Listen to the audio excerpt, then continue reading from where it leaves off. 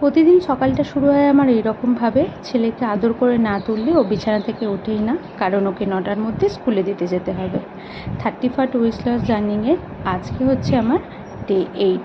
সকালে খেয়েছিলাম 1 cup black coffee, কোনো চিনিও নয় আর কোনো বিস্কুটও নয়, শুধু ব্ল্যাক কফি খেয়েছিলাম। এরপর রেডি হয়ে নেব, রেডি হয়ে নিয়ে ছেলেকে স্কুলে দিয়ে আসবো। স্কুল টুল থেকে দিয়ে আসে করেছিলাম পুজো, ঠাকুরকে ভোগ টোগ দিয়ে পুজো দিয়ে তারপর করব ব্রেকফাস্ট। আজকে ব্রেকফাস্টে আমি ফল খেয়েছিলাম, একটা গোটা আপেল, একটা গোটা শসা। এটা কমপ্লিট করার পর চান টান করে করেছিলাম লাঞ্চে ছিল 1 কাপ ভাত, নিম পাতা আলু ভাজা, মাছ, বাঁধাকপির তরকারি আর ছিল ডাল। এর সঙ্গে চাটনি ছিল, চাটনিটা খাইনি।